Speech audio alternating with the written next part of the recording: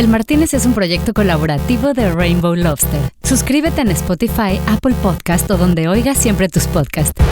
Y si odias las plataformas de podcast, también puedes oírlo en elmartinez.net. Y para seguirte llenando la cabeza con autopromoción descarada, si quieres, ojo, si andas en el mood, si te nace, puedes seguirnos en Instagram en el Martínez Podcast. Un bar inclausurable. El Martínez. Alright, so this is a bilingual episode, but the actual talk is in English. So I'm gonna do the intro in Spanish and English. So if you just wanna hear it in English, just go to the beginning of the actual podcast bar. Take your seat and have a sip of the actual beautiful coqueto drink.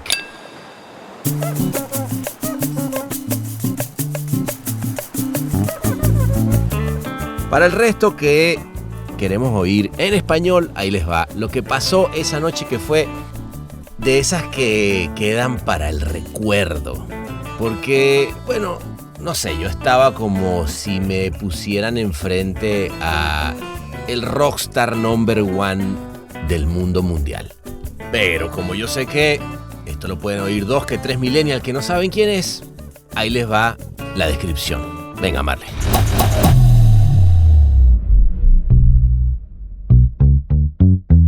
Él es el creativo publicitario brasileño más premiado del mundo y una leyenda de la publicidad. En sus 35 años de carrera recibió más de 160 leones en Cannes, incluyendo el primer Grand Prix para Brasil, con una campaña gráfica para Guaraná Diet. Fue jurado 4 veces en Cannes, 2 de ellas presidente, y bajo su liderazgo la histórica Almap BBDO fue agencia del año 3 veces y agencia de la década en Cannes Lions 2020. Hoy está consagrado como el mejor director creativo del mundo según Big One. No, bueno, pues sin palabras, ¿no? Tener a un ídolo de la infancia y la adolescencia enfrente, tomándonos un traguito coquetón con todos ustedes en este podcast bar. Esa noche fue, bueno, una belleza. Comenzamos hablando de la cantidad de veces que él habrá estado aquí en Cannes celebrando muchísimos de los muchos premios que se ganó y que celebró aquí mismo en el Martínez. I have been too many. I've been to Cannes since 1992. Since 92. 1992 was the first time I went. Since then, I have been there for ages. Every single year I was there. Cannes as an event, as a congress, as a festival, as a gathering of creative people, it's marvelous. It's wonderful. It's great because you learn a lot of things. I think it makes advertising a creative business, brings glamour, brings stature, brings gravitas. It's amazing. It's great.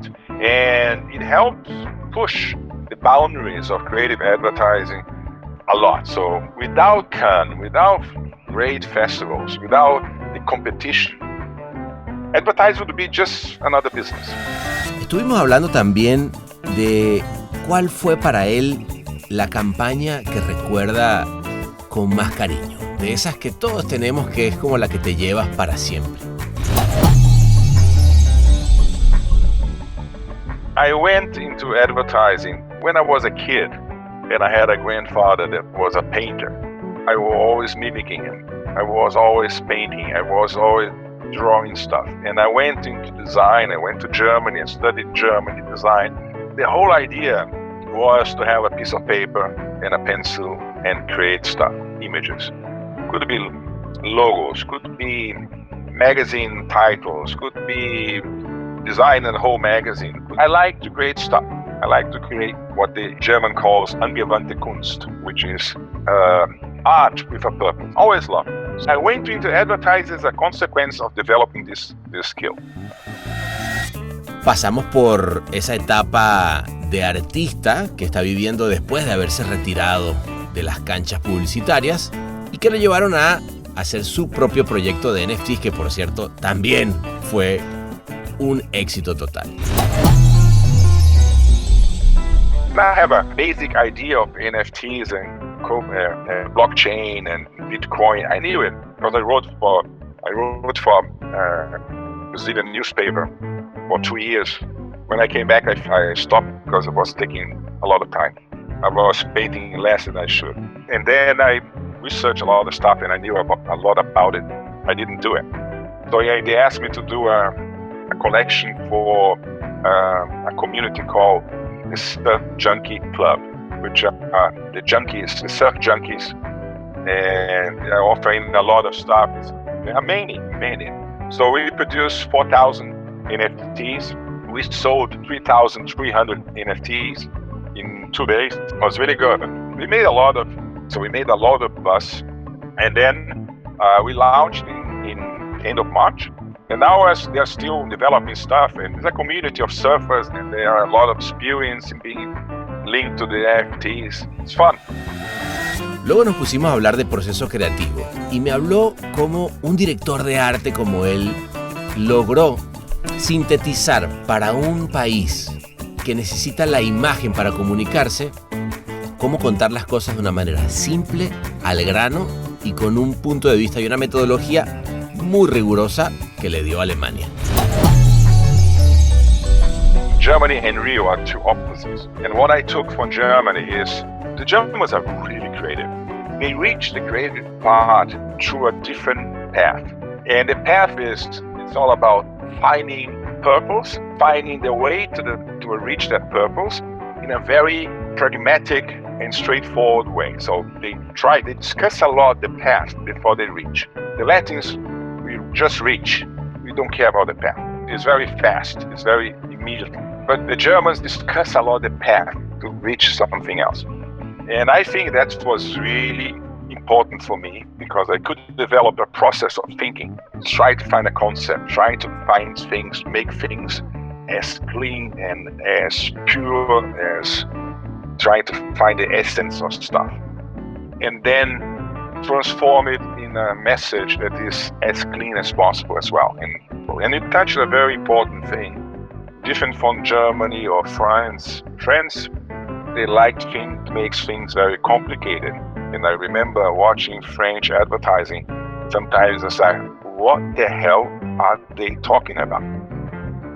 And they make it so sophisticated and complicated and complex. And people say, wow. But at the end, you're whoa, so sophisticated. Y hablamos también de los hijos, de cómo esas personitas que van corriendo por el mundo y los va llevando uno de un país a otro, van agarrando cosas culturales de cada uno de esos países y hacen propia su cultura. For my kid, he's 11. I have a daughter who's 18, and she finished school in Hawaii and moved to Washington for college. And I also have two daughters from my first marriage. One was living in London, the other one is living in LA. And now I have two grandchildren, two boys. My son, he's 11 now, and he came to Hawaii without speaking a single word of English and went to school and learned by himself. It was a challenge for him, but he did so well. And he surfed every single day. But then Hawaii as an island, when the kid is 12, 13, 14, it becomes too small. We have to come back. We have to go other places. We have to give him more opportunities to be challenged. And then they moved back to Brazil, and we spent about 1 year in homeschooling. So we went to Europe, and he went to museums, and he went to Italy, France, Germany, see a lot of stuff that Hawaii doesn't provide. Así que bueno, prepárense ese trago como debe ser, abróchense los cinturones y comencemos a brindar, porque esta noche se viste de gala para recibirlo, y es que él es Marcello Serpa.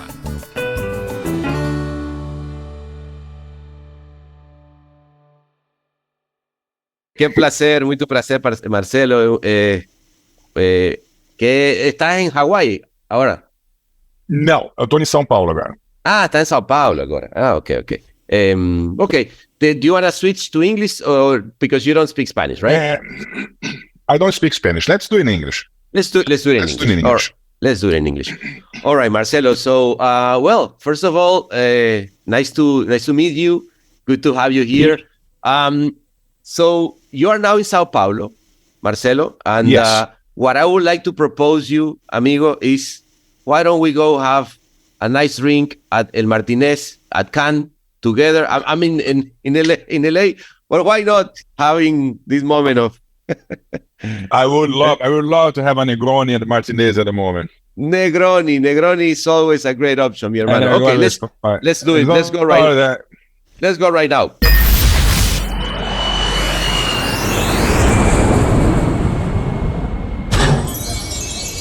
Bienvenidos a El Martínez. ¿Qué le servimos para empezar?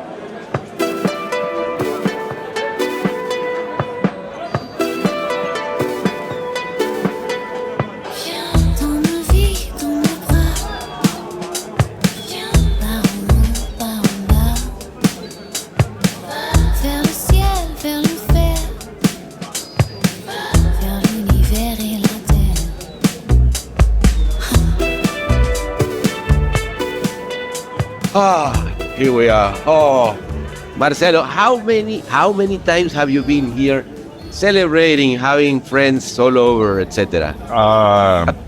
Too much.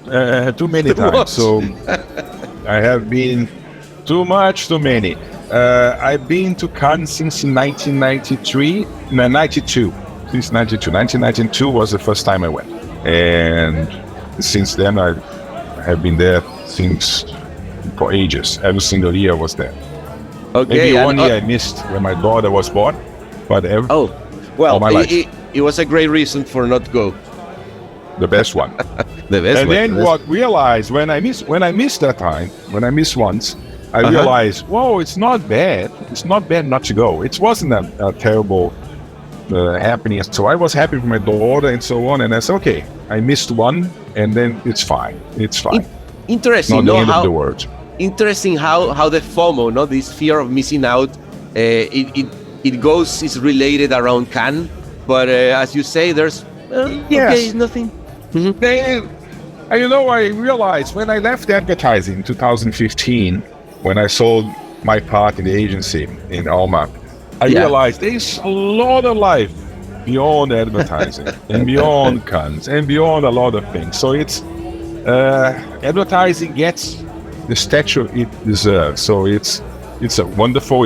I made my life in advertising. I love advertising. I still discuss advertising every time I have a chance. But it comes to the size it deserves. So it's not bad. Right. So do you think, Marcello, that having that when you are a little bit away of the actual advertising it gives you a different perspective? How do you see it now, like from a little bit afar? Let's make two distinctions here, a very important one. Cannes as a event, as a congress, as a festival, as a gathering of creative people, it's marvelous. It's wonderful. It's great because you learn a lot of things. I think it makes advertising a creative business. Brings glamour, brings stature, brings gravitas. It's amazing. It's great. And it helps push the boundaries of creative advertising a lot. So without Cannes, without great festivals, without the competition, advertising would be just another business. I agree. Something else. Without this, the Martínez. Let me have the Negroni for you, mi hermano. Here is your Negroni. Thank this is your mine. Bring two. Here we are. Cheers. Cheers.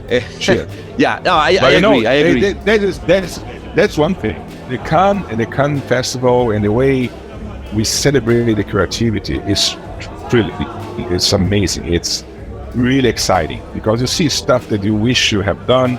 You see stuff that you are envy of. So it's great. But then they have the business of advertising, the day-by-day advertising. And then it goes, and when you leave the business, you realize that it's just an ad. It's just 30 seconds of a commercial message that people may laugh a bit, may look and and then gone. It's interesting. It's not that big. But the business of getting attention of people is the great one. But if you are not in that business, if you look at advertising from the distance, it's nice.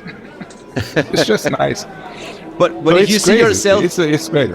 if you see yourself because you were as involved, I mean, I have a little bit of this. I was as involved as I could be. Totally. Yeah, no, totally. I mean, Almap was AG of the decade at Cannes Lion here just a few years ago. And I have a kind of the same relationship, but I want to hear your point of view because I'm also, after many years in the industry, seeing it from a little bit from afar. But it's interesting, like, if you see this, because in your case was, okay, yeah, agency of the decade, but you created an agency that, I mean, did everything that was possible in terms of not only in festival but also in your country. No, we used to have the same. We share an account. I used to have Volkswagen at DDB Mexico, and I really admire the work that you did for Volkswagen. It was such an iconic brand in Brazil. But now that you see that from afar, what are the memories? Because at the end, I think, my friend, I think that's the one the things that you bring with you, right? So what are the ones that, if you will say that are the one that you take care of more on those years? What I could miss in advertising business is just the interaction with people, creative people, interesting people, crazy people, neurotic people, psychotic people. I really love it. I love it because I think you learn a lot from those guys, and the crazy are for me the best. So I really enjoyed. Secondly, I live in the golden era advertising. So we have the mass media, which means when you're working in creating stuff in a mass media, it means that the stuff that you create is going to be seen by millions of people at the same time. At the same time, which changed a lot of things. First, the moment you create a commercial or the billboard or a poster and it's really good, people are going to talk about it. And people are going to talk about the CEO of the company has a mother, has a son, has a wife, and if they watch TV at night and they're all together and the commercial of the CEO runs, and it's a good one, and people say, wow, wonderful, great, everybody's going to react. So the CEO says, wow, this is my brand. I approve that. This is my company. Represents me. So so it has a lot of feedback, not from the target group, exactly. Okay. But a lot of people talk about it. And then what brings that? Brings value. Brings value for what you do. So people going to pay a lot of money to get the same result. So I'm gonna go to this agency because this agency is hot, is producing a lot of stuff that people are talking about, and I want to have a piece of that. So it's a virtual cycle. It's everybody is profiting from the thing. So people are seeing the stuff, you are selling, people are discussing that, and so what you do has value. Things have changed. So the split or the disruption of the media makes like countries like Brazil. We used to have a very powerful TV media, all the magazines. So you produce stuff, everybody sees.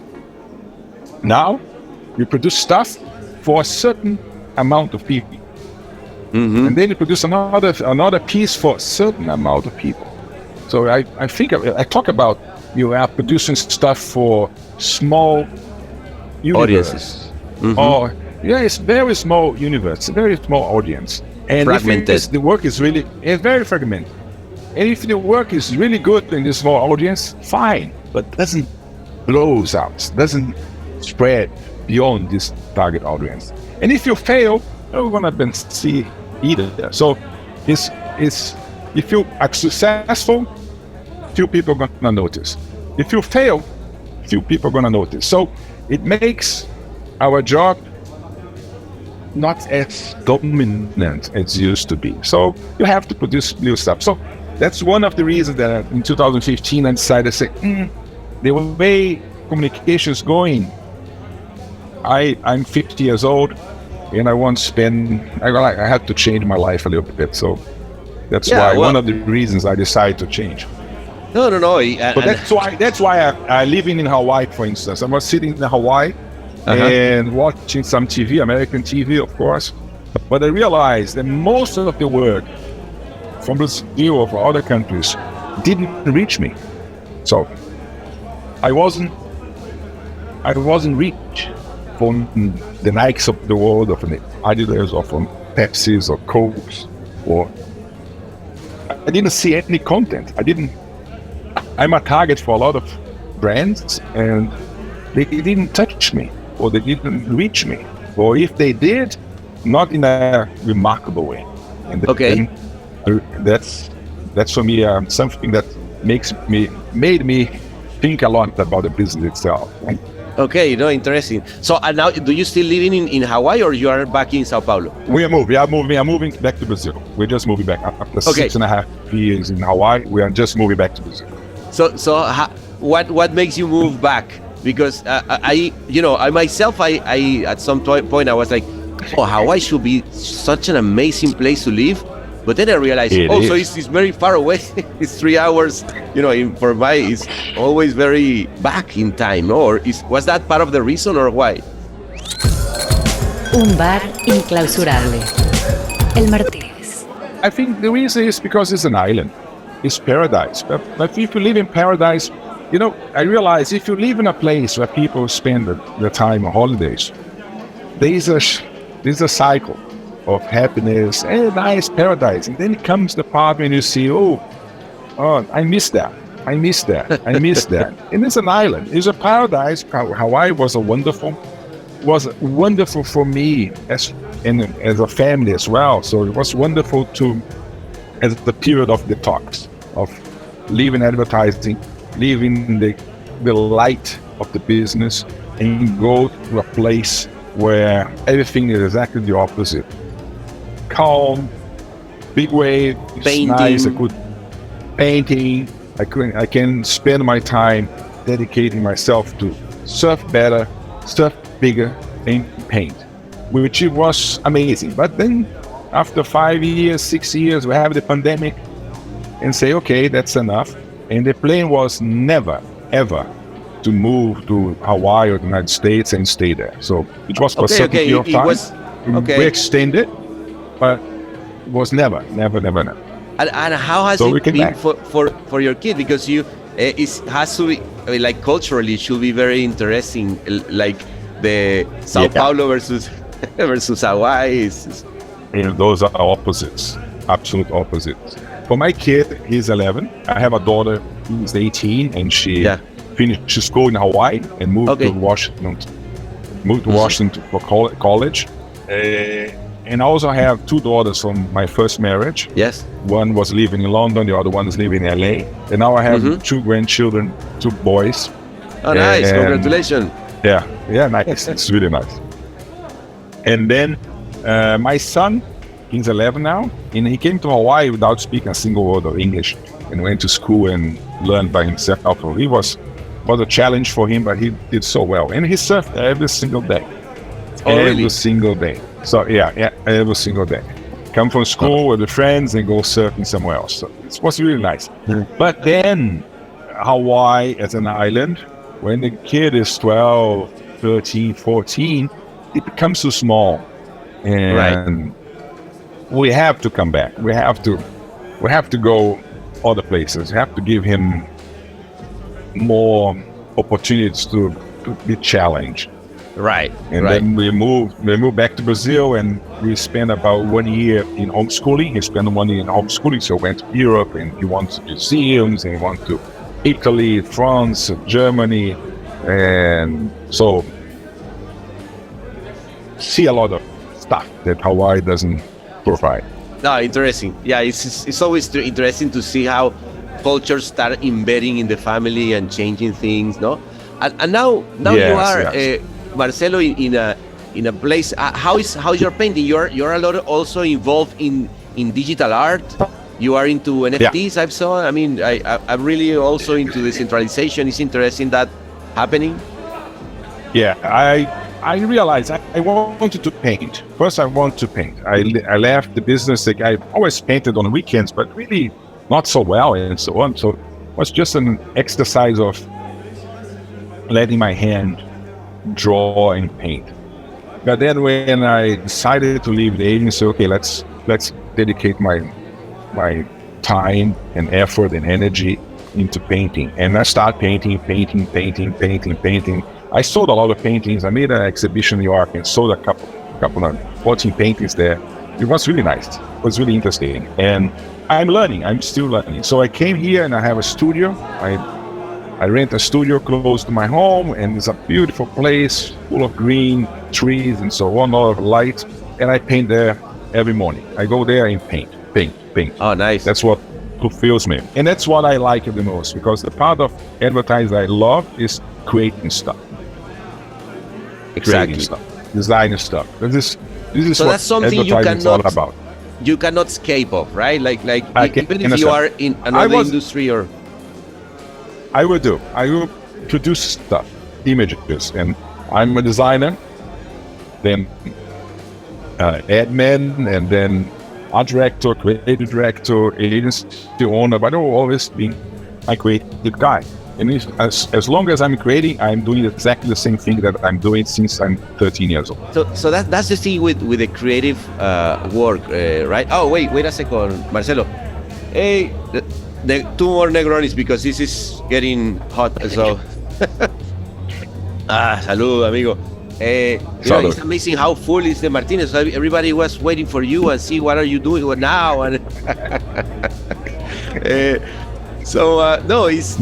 what I was going to say is like, I've seen also some creative friends that then became businessmen, and they step away from creativity, and it's something that maybe is not there anymore. But in your case, it's interesting that as an art director, I'm also an art director myself, but I think that if I wouldn't have that possibility of being creating, I would be very miserable. No, very miserable. You made a good point. A lot of people go into advertising or leave advertising to become businessmen or communication, advertising, not advertising people, but businessmen or manager or entrepreneurs in founding companies in communication and so on. I couldn't care less. I went into advertising when I was a kid, and I had a grandfather that was a painter. I was always mimicking him.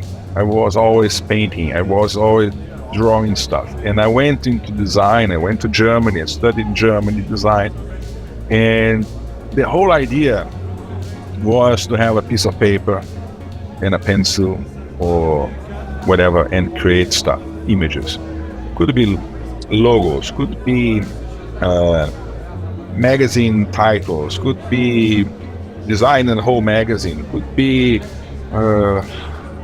CD covers or long play covers at that time, or posters for theater or whatever, you name it. I like to create stuff. I like to create what the German calls angewandte Kunst, which is art. Angewandte Kunst, which is art with a purpose, with a useful purpose. So I love that. Always love it. So I went into advertising as a consequence of developing this skill. Right. And I was in advertising. I kept being in advertising because I love the process of creating stuff, visually or moving images, whatever you call it, a concept. But I loved to be in front of a challenging and bring something else that people like, oh, nice, oh, great, good thought, it's beautiful, whatever. Right. And the business part of advertising, of an agency, first I had a very good partner, and I developed with him together how to manage an agency, Madeira, José Luis Madeira, how to manage an agency that size. We have, at that time, 440 people, 450 people, and it was a big agency with a lot of accounts and so on, and a lot of relationships with clients and so on. But all the relationships and all the business was around the work. The work was the most important part. Without the work, if you put the work as a side business, because you are more concentrate on having a good relationship with the client or making more money, then I think you lose the concept. The concept for me and for us was always about the work. And we built a business around the work. And it was successful because the work was good. And all the energy and all the effort was to do a work that people would say, wow, wow, Right. wow. Wow. And that brings more business and more money and more stuff. So this is, and when I left that, I kept the work. I kept the work. I still doing work. If sometimes it's good, sometimes it's bad, but I try to create a lot of stuff. I'm fascinated by creating stuff, images and so on. And that's what makes me happy. So you keep that philosophy of that if you can define a simple problem, then you can find a solution, no? Even in a piece of art, I really like that philosophy of you that is whenever you have a simple problem, then you can find a solution, which at the end is we're talking about creative process there, right?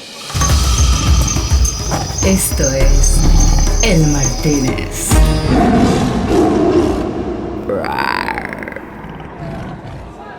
Absolutely. If you can find it, if you can sort it out and find one question, one nugget that is the essence of the problem, and the solution is going to be very close by. So that's for me what I like the most. And when I'm sitting in front now, I'm very lucky that I don't have clients. I only have clients that come to buy or to ask for something that I already made. So I already create. So it's great. No brief. No brief.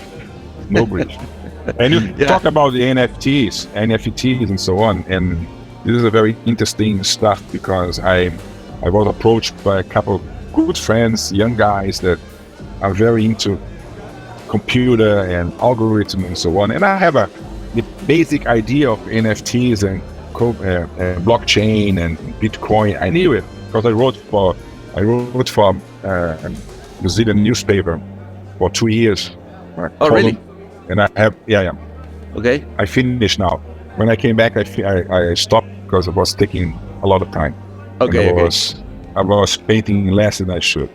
Okay. And then I researched a lot of stuff, and I knew a lot about it theoretically, but I didn't do it. So they asked me to do a collection for a community called the Surf Junkie Club, which the surf junkies, and they're offering a lot of stuff. Many. So we produced 4,000 NFTs. We sold 3,300 NFTs. Well, that's 2 good. days. That's very good. Very good. That's really good. And in 2 days, we made a lot of. It's a very good group of people involved. So we made a lot of buzz prior to the launch, and they called mint. Yeah? Let's mint. And I make a joke. So mint for me was a chewing gum or whatever you put in your mouth. It's mint. Yeah. And then we launched in March, end of March. It was fun. It was really fun. And now they are still developing stuff. And there's a community of surfers, and there are a lot of experience in being linked to the NFTs. It's fun. It's super cool. I saw it, and I find I do believe that the surfer community is so tight, and people is so passionate about waves. I mean, they're in LA because now we're here in Cannes. My son is also into surfer. It's amazing how the community works, and of course art make a lot of sense, and I think that art also is something that has defined a lot of the things that you did. Maybe, I mean, you arrived in 87 when you come from Germany, and Germany is also a place where creatively, but with a point of view with discipline, I think that might be. Do you feel that in a way form you who you are, and then you come to a country that is very graphic because a lot of people doesn't know how to read, and you take that as an advantage, to communicate with people. Absolutely. If Germany and Rio, I came from Rio, so Germany and Rio are two opposites. Right. And what I took from Germany is the Germans are really creative, and the German art, German culture is really creative. But they reach the creative part through a different path. Okay. Than the Latins. Let me see. It's a different path, and the path it's all about finding purpose, finding the way to reach that purpose in a very pragmatic and straightforward way. So they discuss a lot the past before they reach. The Latins, we just reach. We don't care about the past. Okay, we are interesting. Instantaneous. It's very fast. It's very immediate. But the Germans discuss a lot the path to reach something else. And I think that was really important for me, because I could develop a process of thinking, just to try to find a concept, trying to find things, make things as clean and as pure as trying to find the essence of stuff. Could be a question, could be a marketing problem, could be a product, whatever. And then transform it in a message that is as clean as possible as well, and as easy to get as possible. And you touched a very important thing, is different from Germany or France. France, they like to make things very complicated. And I remember watching French advertising. Sometimes it's like, what the hell are they talking about? And they make it so sophisticated and complicated and complex. And people say, wow. Oh, that's so sophisticated. At the end, whoa, so sophisticated. And I try to make it the opposite and try to find an image, a concept that you can get in 3 seconds, in 4 seconds. There is a word in German it's called plakativ. It's a word that defines when you have a poster. You have a poster on the street, could be a billboard, could be a poster on somewhere where you're walking by, and it has to be good enough that people actually move your head and look at the poster. And you have about 3 seconds to send a message. 3 seconds. And you have to open your iris a little bit more and then get in as fast as you can.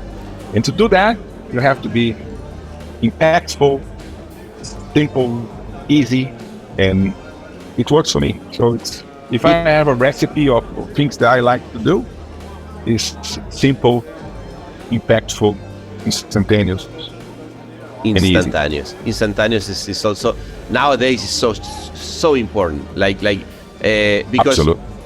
beyond screens, posters still there, we still have it the same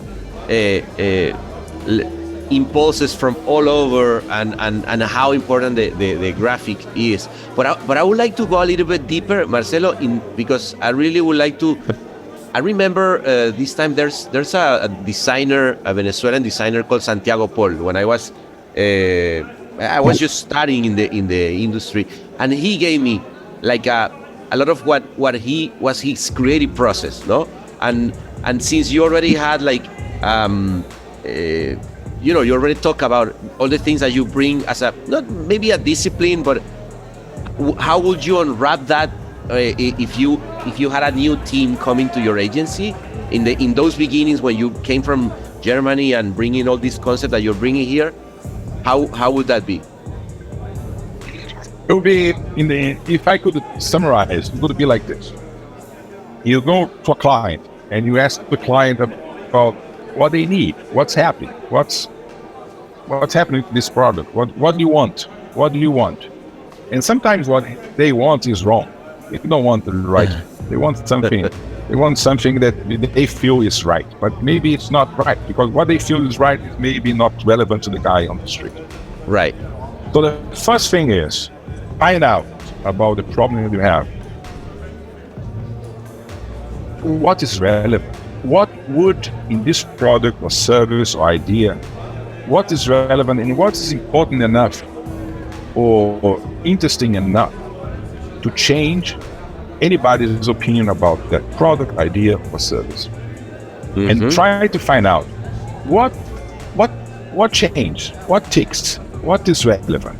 And sometimes the client have no clue because the client is producing stuff and they think this car is the most beautiful car in the world. But maybe the people on the street say, nice car, but that's not, doesn't change anything. But you have to find out.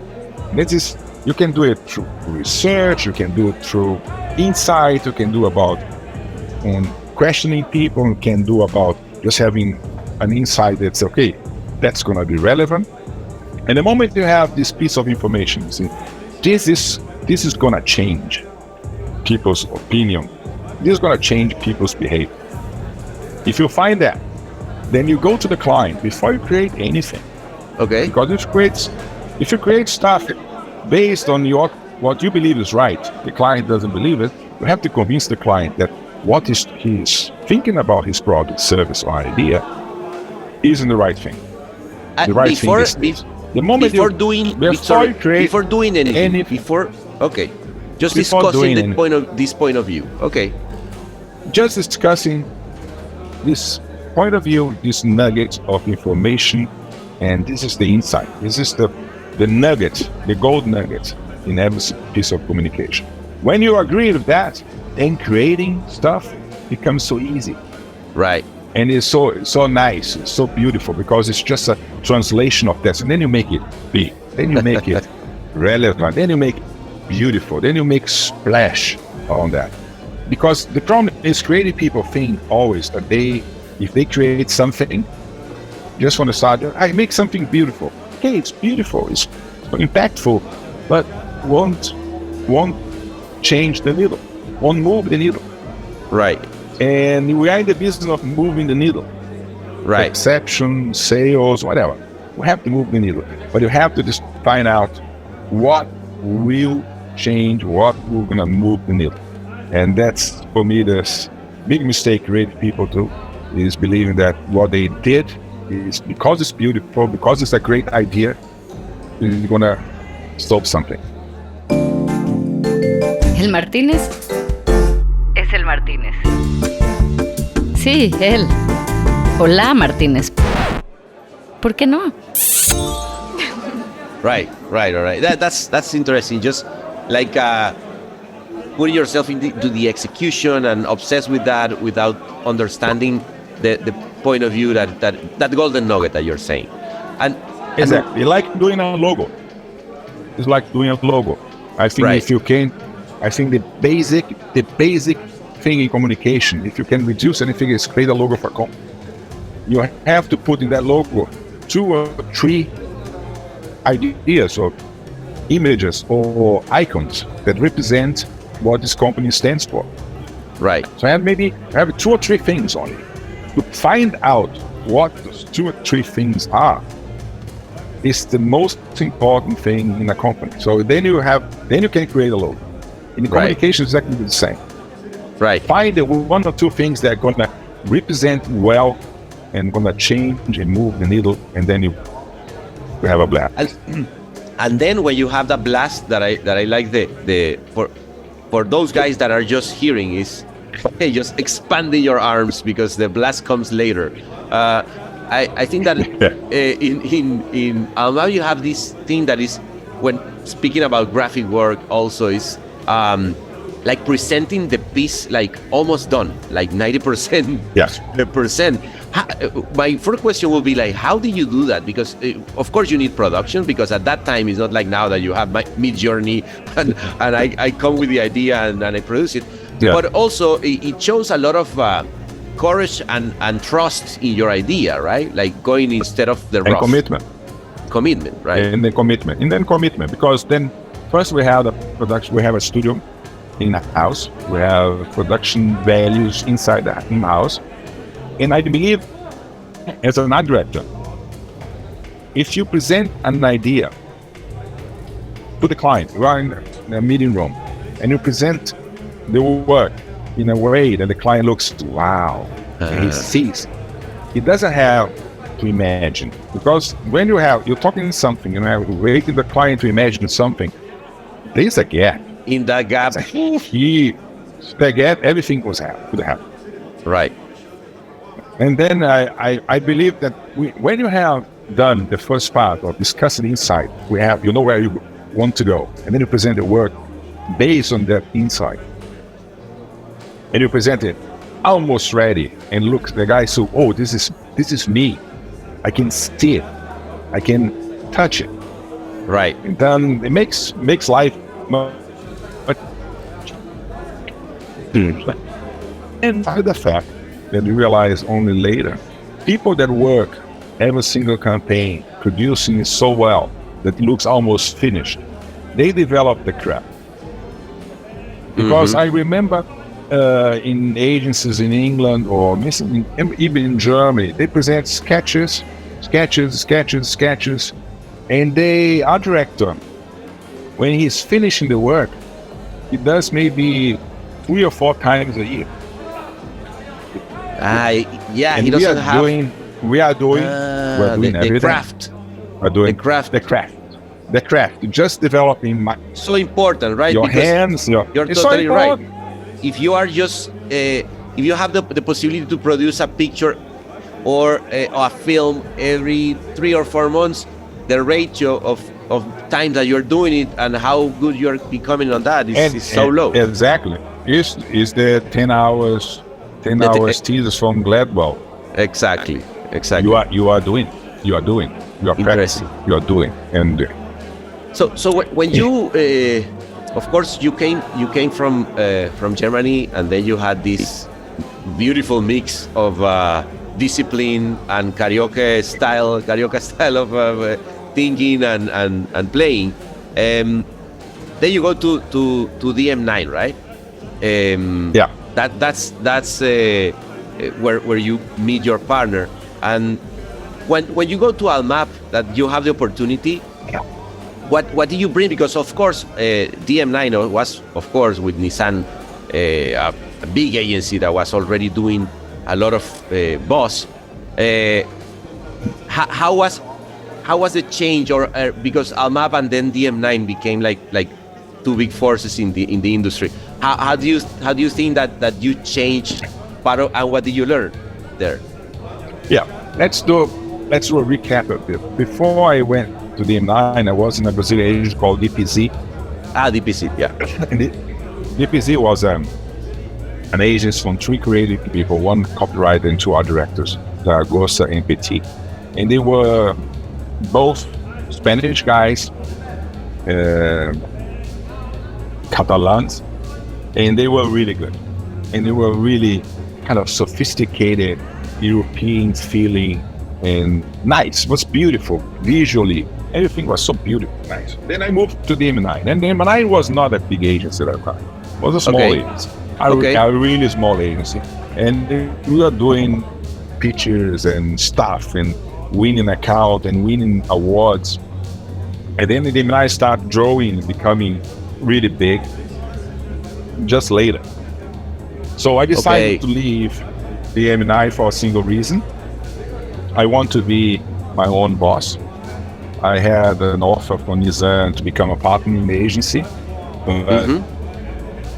I want to be my own boss.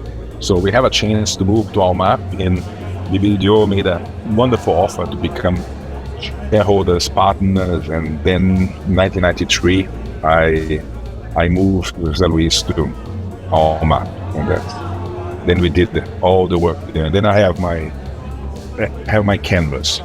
I wasn't shared a canvas, but I have my canvas, so I could do my stuff, and it was great. And then them and I become really big, and we become big, and then we fought for the creative hegemony in Brazil, which was good for the whole industry, because you don't have, it's an illusion that you have a creative hegemony. You have different schools, and then but the fight was good because it make the advertising industry in Brazil, competition is wonderful. It's important. And then you have Fábio Fernandes with NASCAR open up a beautiful agency later on, and they have a different style of advertising. They have a different style, and we are third one. So you have different schools, creative schools, at the same time in the same country, and it was good. It was really good. Interesting. And how I remember because I think '93 was a very important year for you, not only winning the first Grand Prix here at Cannes of press Grand Prix for Guaraná, with this Guaraná Antarctica. No, I remember this. Well, not Diet like Guaraná. me. Diet. Yeah. Diet Guaraná. What a year! It was really powerful. What a year! I left the M&I in June, just a couple of weeks before Cannes, and then won the Grand Prix in Cannes. Was big. It was big. It was a nice start for the agency. It was really a nice start for the agency. Yeah. What do you remember of that? How does that make you feel, like thinking about that year in particular, that time? It was the most intense years I ever had, because I was jumping into dark. I was jumping taking over an agency that was in trouble. Almap was really in trouble, was losing all the clients, with big clients like Volkswagen. It's still there, but threatening to leave. And so I have decided to take things in my own hands. So I was 30 years old, maybe. Wow. Yeah, 30 years old. And then I said, okay, let's do it. Let's do it. Let's start something new. And I have always claimed that the less you know, the more courage you have. So it is wonderful, because I remember before signing the contract, Alex Pilicinotto, which was the guy founded Almap, and was the wonderful guy, very creative guy in the 60s, and made a beautiful agency in the 60s, but it was in the 60s and 70s, but it was going down rapidly. And he asked me, before you sign, you should go and see the agency. And I told him, from my heart, if I go, I don't sign. So, yeah. If I go there, I won't sign. So I better sign it now. So that's what we did. Then when I signed it. And then at the same year, after doing this huge jump into darkness, I won the Grand Prix Cannes. It was very good for me. Maybe not as good for the M&I, because it just won the Grand Prix, and the guy who did it is just jumping ship. So it was kind of a very difficult moment at that time. Right. But it was, at the end, was really good. At the end, it was really, really good. It was a powerful year. And especially for the Brazilian advertising, that opened a whole era of what Brazil is now is one of the biggest country when we talk about communication. And I think it just gave us Brazilian a touch of visual. So the Grand Prix is a visual piece of art. So it's a piece of this advertised without a single word. The only thing that you realize is diet written on there. Un bar inclausurable. El Martínez. Actually, I will say, Marcello, that you kind of establish a style in the advertising, or a way of communicating, being very simplistic, image speaking, when like the copy is just adding a little bit of what is needed to say. And that is part of, I don't know, I think one of the signatures of your work, but also the Brazilian work when we talk about the graphic work, no? And I think I would like to know, like, of course, when I think Almap, I will always think before than anything about Havaianas, because Havaianas is, of course, a signature, right? The Brazilian signature, and the graphic world developed there was like on the contrary with Antarctica, it was like very simplistic, and this was like a colorful Brazilian way of speaking to people. But do you feel like is that for you when we talk about developing a brand? Is that the one that you have the feeling of achievement, or are there other brands in your mind that? Yes, if you talk about the work that we did for Volkswagen, we were following a path. We are following a culture. What Volkswagen stands for is something that was developed in the 60s by DDB, by Bemba, and Helmut Kron, and all the simple ideas. And they changed advertising with the Volkswagen campaigns in the States in the 60s, in the 50s, end of 50s and 60s. So I was following a culture somehow. Developed my own stuff, but the brand was already there. Havaianas was a canvas, a white piece of paper. Yeah. So you have to create stuff. So you created Havaianas that, was just, you created that. So which makes for me, and the same with the Pepsi work we did. We are doing great work for a brand that exists.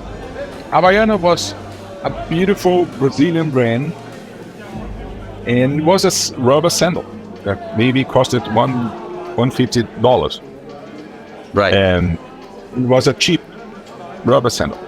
And then we start trading and put value. And we start doing this because the product was so simple.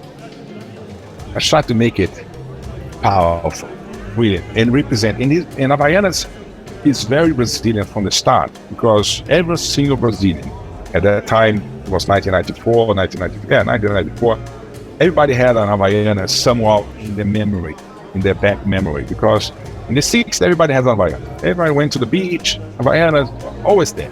It was part of our culture. It was maybe under tons of embedded stuff embedded somewhere, but we had in our, we call the memory of our hearts. No? It was there somewhere, and we had just to touch it and bring it back to life. And we made it, and I made a lot of work, visual work and creative work, and I was trying to be as Brazilian as I could be, which is colorful, happy, irreverent, and powerful. But then I remember one day I doing a lot of graphic. We do a lot of TV work for the basic sandals, so it's sold for the masses, and we did a lot of point of sale print ads for the most sophisticated collections, colorful and so on. So we have two different approaches. One for the masses. So if you imagine a big triangle, and the masses, we go in TV, very funny, very Brazilian, very funny commercial, and the top of the triangle, the upper class, we develop a really beautiful communication, style of ad communication that was powerful and colorful. But we are always based on Brazilian values, which is fun, color, irreverence. And fun, then color, irreverence. That's three beautiful words to define Brazilian culture. Exactly. And then we had one day I was presenting just a couple of years of things that started to get traction. And then I remember presenting a campaign that I did. It was like, I thought the campaign is great. Let's imagine people going on the beaches in Monte Carlo or in Cannes or in Mexico or in the Maldives, Tahiti, Brazil, and always crossing their fingers like this, walk the feet like this, the two Havaianas, and a beautiful background, beautiful beaches, white sand, and beautiful turquoise water, and always on the swimming pool, beautiful places, always the feet crossed. It's like a selfie. A selfie of your feet. Right. You take a picture of your feet in the most beautiful place. It was a beautiful campaign. I did that. It was a beautiful campaign. And then the client came to me and said, I won't approve that. Like, why not? It's a good one. No. And he gave me the most important piece of advice that I could have at that time. He said, Marcello, you put Havaianas on a pedestal. You put Havaianas in a place where color, beautiful stuff. You made Havaianas bigger than it is. And suddenly you are showing people using it. Wow. So you came back to where Havaianas belong. But it is just a simple rubber sandal that you used to go on the beach. Wow, So you interesting. put on a pedestal and you came back. So I look at him, it's like, oh, this is the best insight I could have. And then Paulo Lali was the marketing and sales director at that time. And I won't forget that. I didn't forget that. And I said, okay, Mariana has to be on a pedestal. Wow. That's, you know what? Salud with this Negroni for those, there are some clients who make us think and building big brands like that, and so beautiful. In the campaign, I was in love with that campaign. I loved it. I did a lot of work to produce it beautiful. Solo para desconocedores. El Martínez. It's interesting when somebody gives you an argument that makes you think, and it's not like, it's like, oh shit, I didn't think about that, but now that you say it, and you have to be open also to say, you know what? Wow, you are right. You're right. And that happens Absolutely. that's what I like. I don't know your experience, Marcello. I know.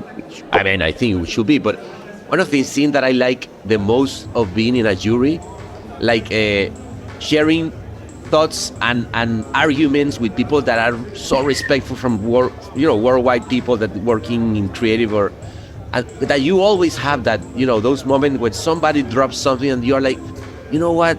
Now you made me think. And you change my mind. Exactly. And you know how difficult it is to change the mind of a creator, someone we are always Absolutely. selling.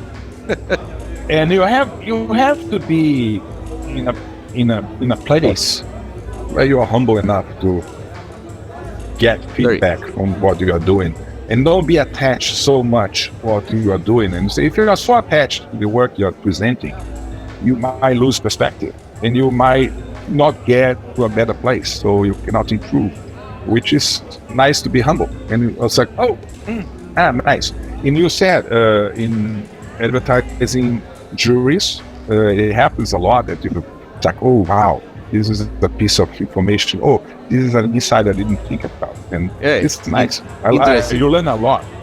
You learn a lot, and you put really good people discussing a piece of advertising without bias, without wanting to kill the piece because his piece was there, but without bias, it's really interesting. I remember one time, I'm talking about Clio 2006, that I was sharing with a jury from Almap, and that really struck me because we were there and there was a piece of art that was winning, and he was very, like, every time that he opens the mouth was like he was going to say something interesting, but he was like, okay, I don't like to say, oh, I already see that, I already saw that somewhere.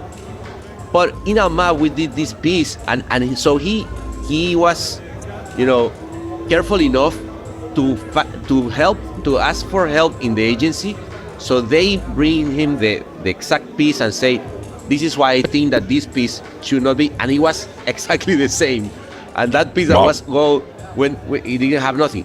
But what I'm saying this is because what I was really admired by was like that the whole team in Almap, like really paying attention on each one of the pieces that comes out of the agency. Absolutely. That's what I talk about. The work is the most important thing. And if you protect the work, if you are careful that the work is really good, it has to be unique. It has to be, can't be a copy or can be something, it has to be new, it has to be, always try to do something that is new or better or more impactful.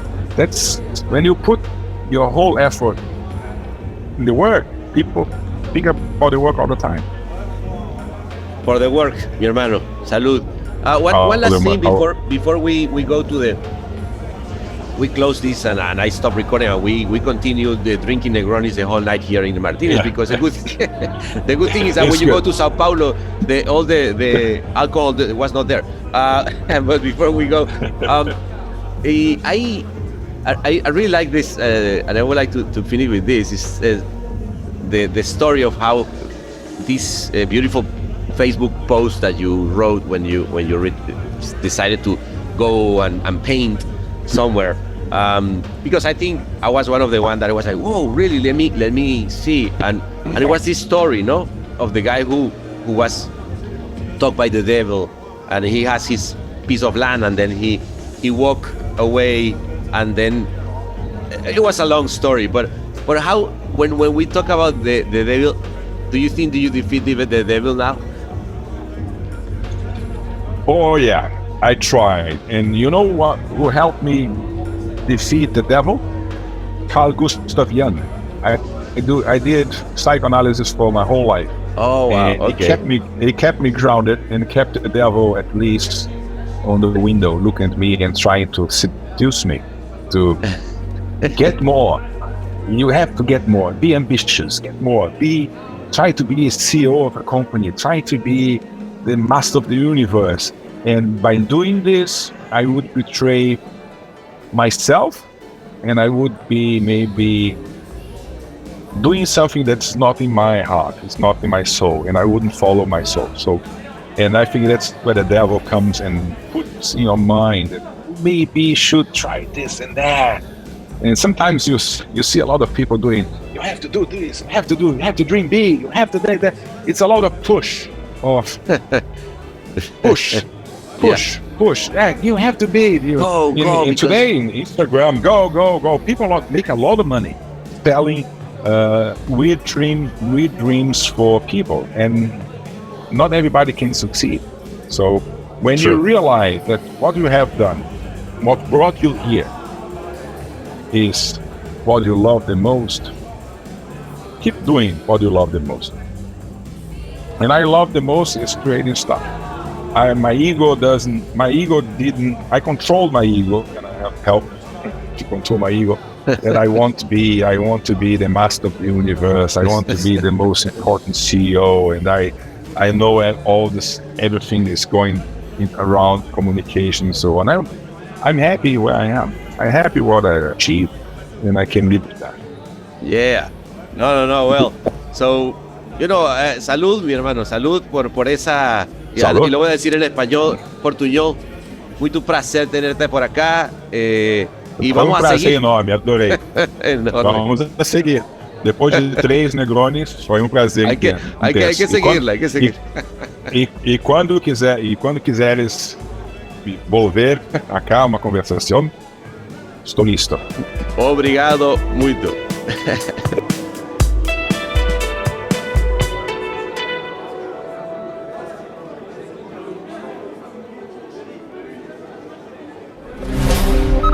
Todos los derechos reservados y todos los torcidos depravados. El Martínez.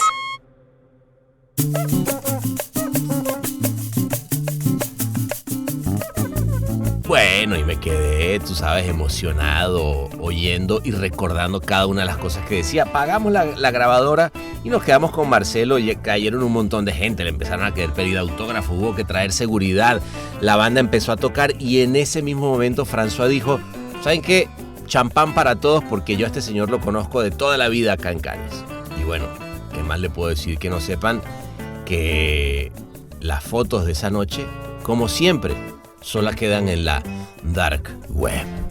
Y como era semana de Cannes y estaba todo el mundo celebrando en persona, no hubo más que oír 2 que 3 botellazos al final de la noche para entender que este fue otro gran año de creatividad, sabrosura y vous le couchez avec les mots que je. Abrazote.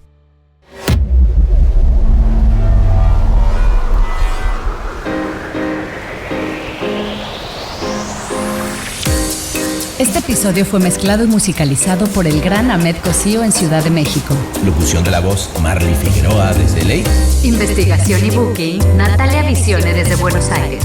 Escrito por Sebastian Arrechedera. Dirección de arte y redacción, Ángela Forti desde Madrid. Una producción colaborativa de Rainbow Lobster. El Martínez, un podcast bar improvisadamente meticuloso.